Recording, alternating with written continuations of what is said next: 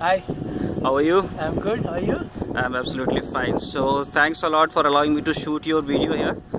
So I just wanted to know a few basic questions related to a person who is being recruited into the pharma industry for the first time, or be it a healthcare industry. Yeah.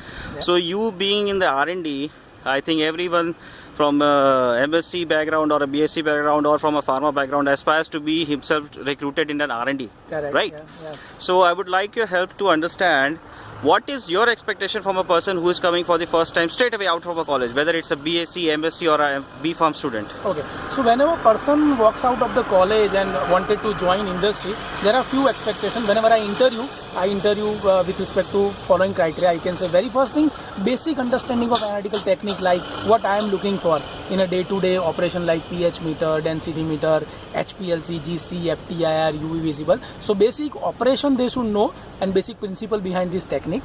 That is very first thing. Second thing, whenever suppose our one of the key criteria is analytical method development and validation. So for that development, what is their approach? That is very much important. Why approach? Because those molecules which are to be analyzed on GC, they should not target on HPLC, and similarly vice versa. So that approach is very much important. Apart from that, we always see. I always ask with respect to this question, we always ask them to do the manipulation during the interview.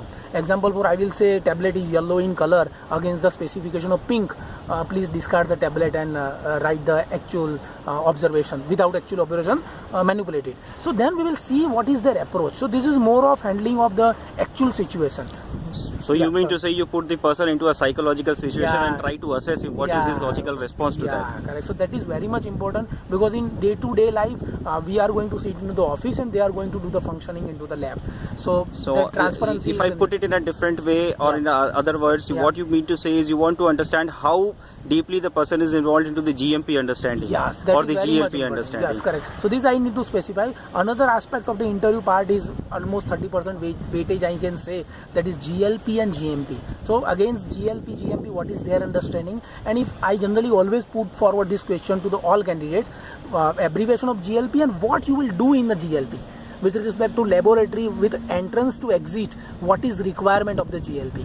Because this has been never part of our education system into the entire, what you can say, India especially I will say. In abroad, yes, they have some of the subject of the GLP, GMP, but in India we don't have. So this understanding we have to. So what do you mean by the understanding of GLP or GMP? You definitely don't want a fresher person to come and handle your GC or HPLC, right? Yeah, definitely. So what I could understand from your inferences was that you want a person who is well aware of the working of a normal QC lab, correct. How he handles a OS, how he handles an investigation, what is the basic flow, how he has to understand the STP, what is an STP, what is an SOP. You mean to say he should have an understanding of that, right? Because if you will see our education system, they never, what is STP also, that is not defined in our education system. What is GLP and what are the, what you can say, validations or SOP, how to follow that, how to adhere that. We have never seen in our education system that what is OS, what is deviation, or what is this change management system. These all are lacking into our education system. So somewhere